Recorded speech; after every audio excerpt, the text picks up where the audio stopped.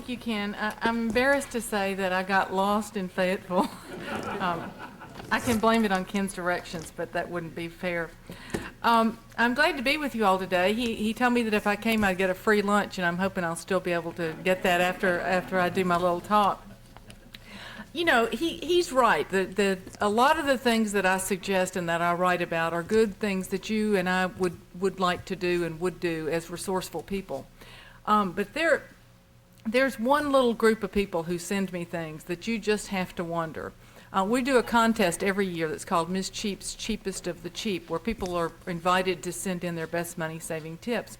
And really, I'd say 99% of them are good things that you would at least consider doing. But that other 1%, you just have to wonder about these people. And these are people who send these into the newspaper with their name, you know, and where they live. And you know, they want credit for it. I mean, it's things like, I had one man tell me that at Christmas what he does is he addresses all of his Christmas cards to himself. And then in the return address spot, he puts the name and address of the person to whom he really intends for it to go, drops it in the mailbox with no postage, and then it's returned to sender. Now, I'm not encouraging this. I mean, you know, I'm just telling you how far people will take it. Another one that just always gets me is toilet paper. I've had people tell me that they buy the 2-ply tissue and save the old roll and then separate it to make 2 rolls out of one. Another lady told me that what she does is before she puts her roll on the dispenser, she stomps on it so that it won't roll so freely and the people using it won't be able to get 1 or 2 sheets at a time, and that way they use less. You know, those are sort of in the life is too short to be that cheap category for me. But toilet paper is actually a really good example of what I'm talking about, because while I'm not willing to separate and re-roll or stomp, you better believe that when I see the coupons or I see a great price, I'm going to buy it at that price. Because the bottom line is that I don't want cheap toilet paper. What I want is the good toilet paper cheap. And I think that should be our goal in whatever we're buying. It's not that we're out to get the cheapest things. I mean, I heard someone say their quote was, "Never scrimp on parachutes or tires." You know, and there are lots of times that it's definitely worth your while to spend more. But I want to ask you all just a few questions to find out how cheap you are, so I know kind of where to begin. How many of you all in your homes would reuse plastic baggies? Oh, now this is my kind of group. How many would water down your liquid soap? You know, when there's that little bit left in there, you can add some water. It lasts another 2 weeks or so. That's right. It's too concentrated anyway, he says. What about couponing? How many of you all are couponers? Well, you know, it's really okay if you're not a couponer. But the truth is that only about 2% of all coupons that are issued are actually redeemed. So if you're not using yours, get them in the hands of someone who can use them. Drop them off at the nursery at church. Take them to a daycare center. Find a neighbor or a relative or somebody who can use them. It's a good free way to help somebody else. Now, I found a book that was called Are You Normal About Money that asks a lot of these kind of questions, and it sort of verified some of my habits, but there were things in it that I thought were really, really strange, things that I never would have occurred to me. One of the questions was, would you take the light bulbs with you when you move? I mean, that would just never occur to me, but listen to what the book says. That maybe you wouldn't, but 4 out of 10 home buyers said that the previous owners or the previous residents had removed the light bulbs, and 23% said the light fixtures and fittings had also been carried off. Now that's a bad name. Another question in that book was, do you pick up pennies? If you see a penny on the ground, you pick it up. I pick them up heads or tails. I feel like it's good luck, and you know, it sort of makes my day. But listen to what the book says. Of the people that they surveyed, 46.1% said they would walk by a penny. 14% said they would stoop down for a nickel. 7.4% wouldn't bother for anything less than a dime. And 8.4% said they wouldn't pick up anything short of $1. So maybe that's why we're finding the pennies. But now, store brands. How many of y'all use the store brands, the Walmart brand, the Kroger, the Dollar General brands? I think there's huge savings there, and most of those products are guaranteed in that if you don't like them, you can take them right back and get your money back. Well, my husband is not cheap, and it's been sort of a constant source of conflict in our marriage over the years, except on my birthday and times when it's fine for him not to be cheap. But he really is not cheap, and so there is a little tension there sometimes. But I had gone to Walmart and bought mouthwash, and I had noticed that the Equate brand, the Walmart brand, was on the shelf right next to Listerine, and it was a fraction of the cost. It was $1.39, I think, compared to $4 or $5 for the Listerine. Well, I turned the bottles back to back, and I mean the ingredients were identical. There was nothing different about it except the packaging. So I bought a whole lot of it. So I got home, and my husband says, "What is this?" He says, he said, what is it? And I said, "It's mouthwash. What do you think?" He said, "Well, I use Listerine." He said, "My mother used Listerine. My father used Listerine." He said, "I've used it all my life." Well, I had bought a lot of it, and so you know what I did. As soon as he was out of sight, I'm pouring that Equate into his Listerine bottle. Well, this went on for a long time, because he's the kind, that if he caught me doing that, his immediate thought would be, "What else are you tricking me on?" So I finally found an opportune time to own up to it, and I told him what I'd done, and he actually was a pretty good sport about it. He said he had no ill effects, that nothing bad had happened. But he said, "I hate the way that bottle looks. Can you keep putting it in my Listerine bottle?" So I am still pouring, but you just don't know how much I've saved on that. But something else I found out about the mouthwash.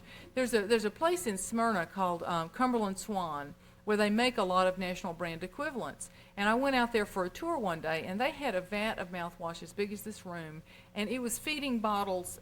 You'd see them going down the line. And what I didn't realize till I saw this was that one day it might be Walgreens, Eckerd, Equate bottles going down. The next day it might be Kroger, Dollar General, Vons, Safeway, whatever. So they're packaging the same product, and among those products there's a huge difference in price. Some are $1.79, $1.39, $2.39, but the Dollar General one was $1 all day long. So do y'all like Dollar General? Anybody shop at Dollar General? I think there are great deals in there. I guess the really telling question of all of these is, do you get excited when you save money? Do you like to feel like that you got a bargain, that you got more than your money's worth? Because to me, that's what it's all about. There is so much waste out there, and I think that's where the real problem is. Stacy Johnson is a financial planner that you may have seen some of his work on. He's a syndicated columnist on Channel 5 on the weekends. And he was in town promoting one of his books not too long ago, and he was telling me that as a financial planner, that an exercise that he had all of his clients do before they really got down to business was to walk through their homes with a pad and pen and write down everything that they see that they don't need, that they don't use, and they don't wear, and then that they bought. And then beside each one of those things to write down approximately to the best of their recollection what they paid for it. And it's eye-opening. It really is, because this little gadget that you bought for the kitchen, or this little outfit that you bought, or this tie that you bought, or whatever it was, that none of those things in and of themselves do anything to improve the quality of your life. But if you added it all up, just think what you could do with it. Because to me, it's a balancing act, that you're able to save and scrimp in some areas of your life in order to have the money to do what you want to in the other areas. With the holidays approaching, this is the time that I think that the waste reaches just the levels of just absurdity.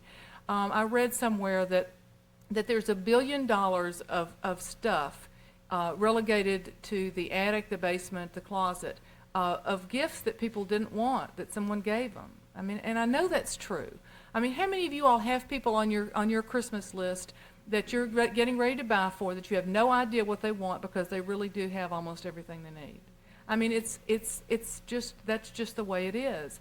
And I think it's really important to start thinking of new traditions and new ways to get around that, instead of doing this sort of mindless shopping for people who already have everything. Give some money to a charity in a friend's name. Figure out ways to get together with family and friends instead of exchanging all these gifts. I had one family tell me that what their new tradition was, that at Thanksgiving, that they sat down and all of the adults in the family wrote down a wish for the new year. And then after everybody had put theirs in, then they drew, and the person who drew the wish would be responsible for making it happen.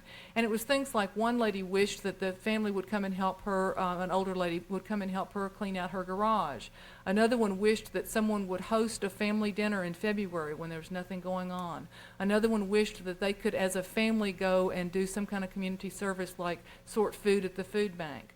And all of those wishes were able to come true because they were doable, but they brought people together instead of stuff. And I think if you can figure out ways in your circle of friends and family to just do a little bit, you don't have to make huge changes all at once, but I think you can step back and look at it and realize that the reason that you're celebrating the Christmas holidays is not because of all of the stuff at the malls and the stores. And I'm not talking about fabric. Yeah. But I really do think that it's just out of control. You know, one of the other things that I read that was sort of upsetting to me, because I'm certainly guilty of this, was that 62% of the people in one of the surveys said that when they went Christmas shopping for the people on their list, that they did buy something for themselves.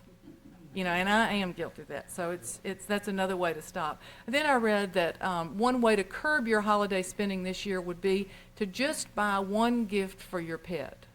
Now, how many gifts are people buying for their pets? I mean, you do have to wonder. Well, you do have to wonder about it.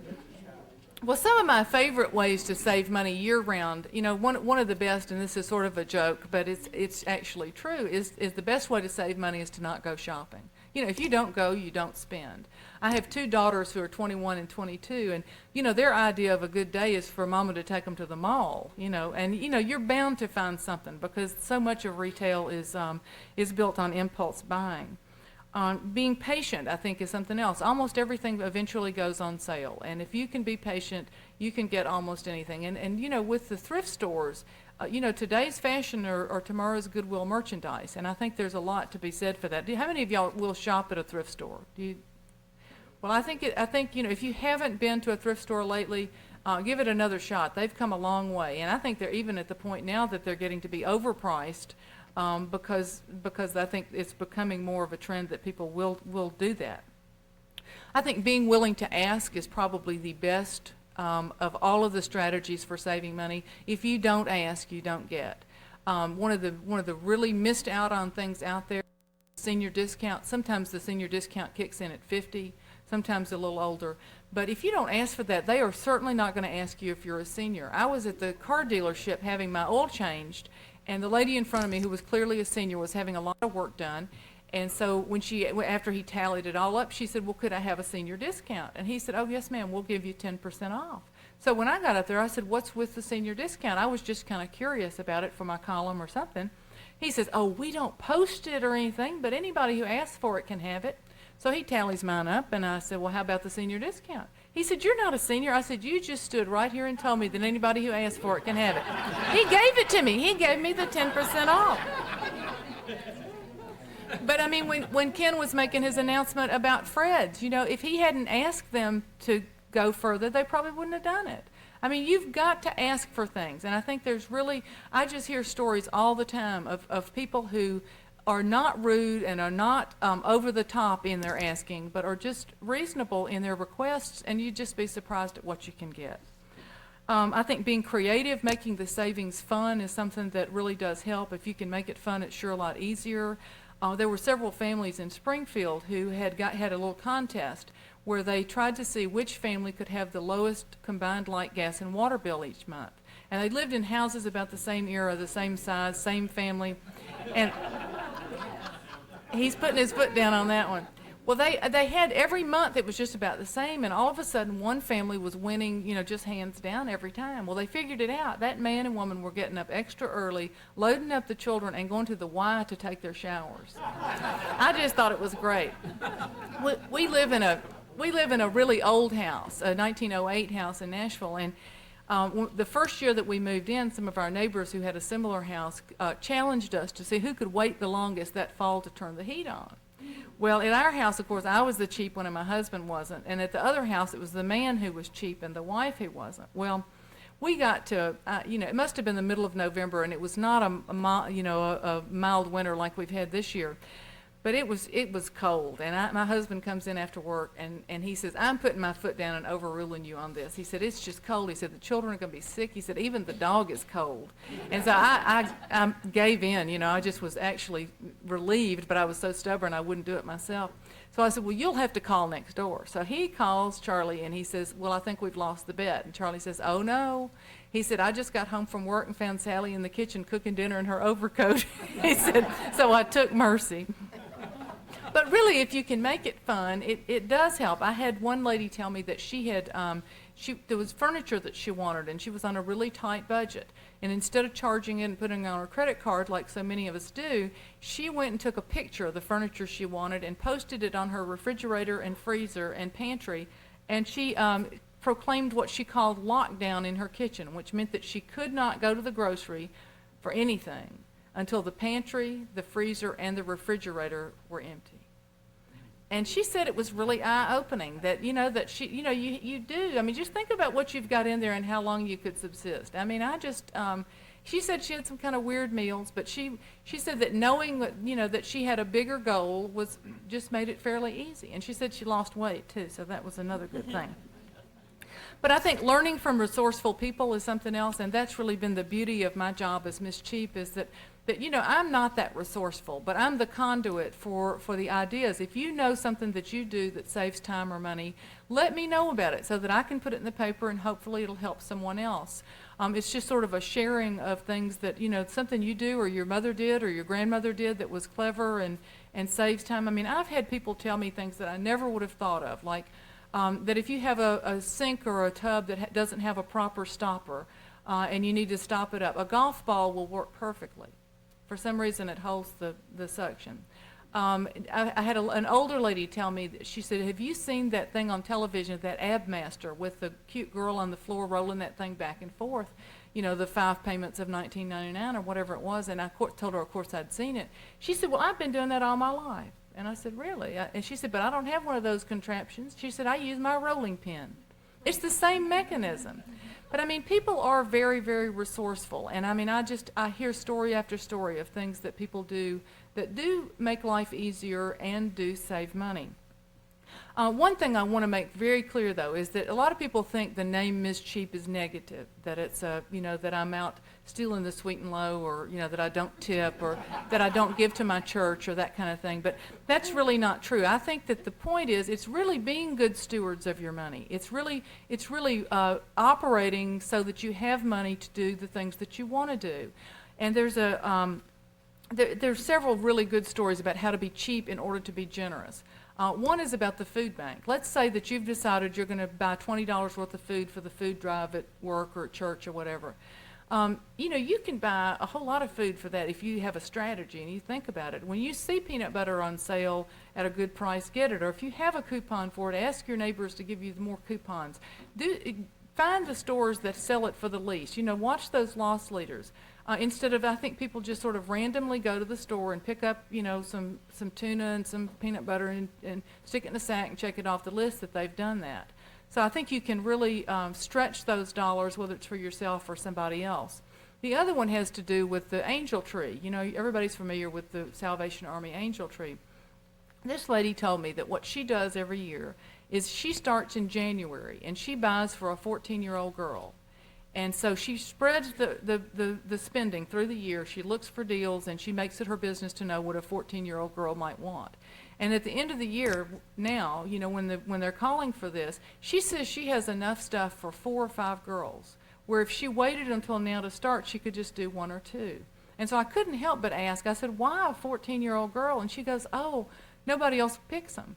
They're the last ones picked off the tree because everybody wants the 4-year-old boy, the 5-year-old girl, and, you know, so they're left without anybody to take them. So I just thought that was really a great story about how you can give without it costing you much. There's a lady who has a new website that's called cutouthunger.com, and it's also at couponsmom.com, and she's figured out ways, and it's listed every week, of how to get things free. She believes that if everybody could, if every family would donate 1 food item to the food bank every week, that you could effectively stamp out hunger. And she's showing people how to do it by couponing so that they can get the item free and it's not going to cost them anything. So, I mean, there are lots of ways to do it without it busting your budget. Now, I want to stop there and take a few questions, and then you always have to close with a joke. So, somebody has to have a question. Ken? All right. Mary, how did you get into this? Well, I was a reporter for the Nashville Banner for a number of years, and I was a business writer for the Banner, and we were trying to bring people into our business section who weren't traditional business page readers. And so I covered retail. I covered the companies like Service Merchandise and Dollar General. I mean, I was a regular reporter in that role. And I just realized that every time I wrote about bargains or places that had really good deals, that I just got a huge response. And I had covered a lot of things. I had covered the Fulton administration in the mayor's office in Nashville. I covered the Metro Police Department and the fire department, and I'd covered courts and things that, were serious business, but nobody ever called. You never get any calls. Well, I write about these bargains. Man, these people are coming out of the woodwork. Where is that place? How do you get there? And so I proposed it as a sort of as an irregular column that we would run on occasion, and they let me do that. And then when I tried to get it as a regular thing, they accused me of wanting them to pay me to shop. Which of course was the truth, but I acted very indignant that this was, clearly all I wanted to do was provide a reader service. But anyway, they finally let me try it, and it's taken on a life of its own. I had no idea that it would turn into a full-time job. But I just have the best job anywhere because I'm dealing with nice people most of the time. I like to feel like it helps people to figure out ways to spend less and to, a man told me the other day, he said, I work hard for my money. I want my money to work hard for me. And I think, you've got to see it that way, that it can't just be, you can't just let it go. My older daughter is just out of college, and she and two friends have moved into a little house, and they're all in their first job, and they're so excited. I mean, you remember that when you're first, on your own kind of thing.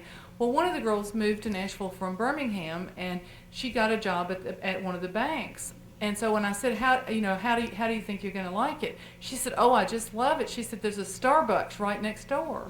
And I'm thinking, you're not going to be able to manage this budget. They were also worried about the budget, but it's just little things like that are what kill people's budgets. And nothing against Starbucks, but I just think people let something like that have their money slip away, and then they have no idea what happened to it when something comes along that they really want to do. What do you think about this problem of reporters keeping their sources of information secret or won't reveal it and all that kind of stuff? Well, I'm a big believer in that. I believe we have to keep our sources secret. I think it's very important. The kind of work that I do now, it's not an issue. I mean, most of what I deal with is fairly benign.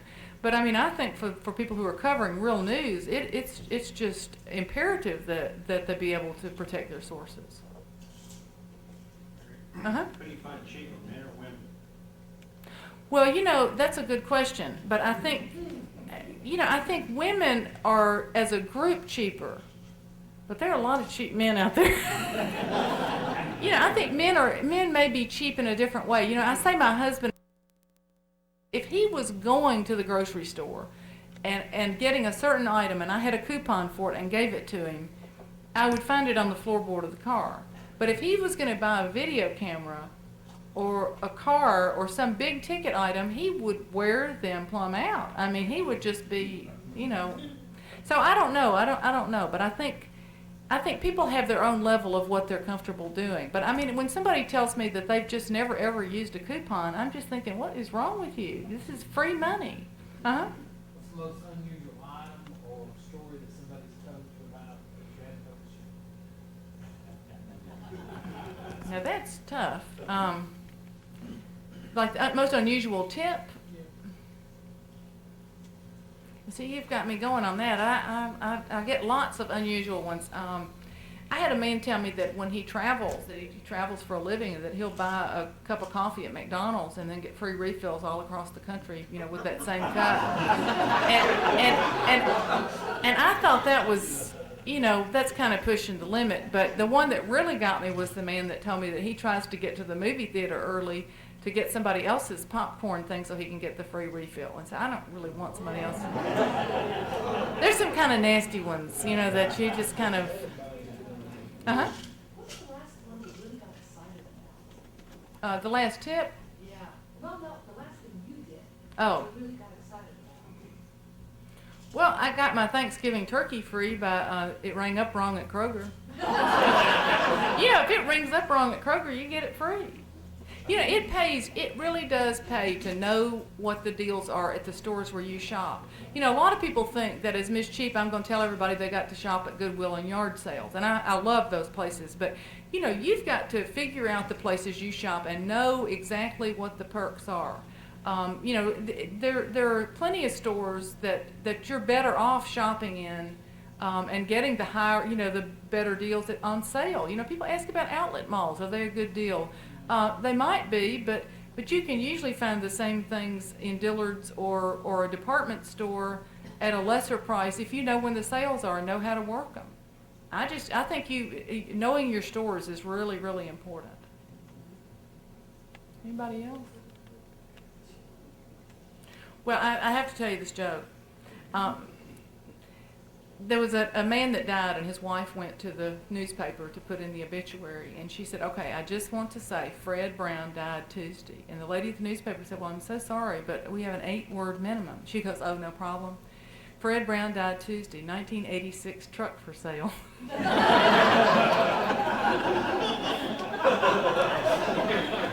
Now, I do have one more thing. I am going to go to Sir's after this, but if there are other places that you think are great bargains, great deals in this area, I really would like to know. And my email is misscheap@tennessean.com, and I really do love to hear from readers and from people who have ideas for me. Believe me, I need all the help I can get, and I thrive on hearing from people, and if things that you like that I'm doing, or things that you want me to write about, or questions, or things that you don't like that I'm doing, yeah, I'm all over that, because it really helps me to get that kind of feedback. And yesterday, it was my last thing. Yesterday I was in Tullahoma for a brunch that they were doing for the Tullahoma Daycare Center.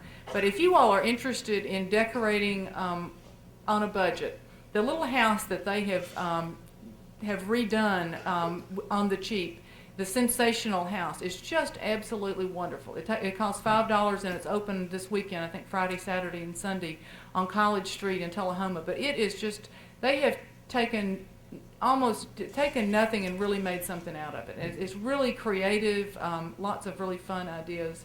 I think you'd really enjoy it. So that's it. I did bring books. I've got my Ms. Cheap's Guide to Getting More for Less. If y'all need a cheap Christmas present or something for somebody, it's $10 with your special Fayetteville discount today. Mary, I want to give you something just for coming. I've actually got a couple presents for you. This is a little blanket. Oh, that is really nice. That doesn't look cheap. It's It's really nice. He's This is been trying to set it for 2 years.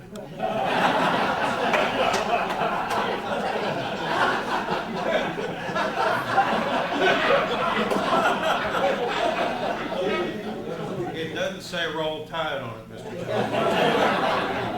Well, I've got this, and I've also got, I wasn't sure which brand you used. So I'll just put them all in your pocket here.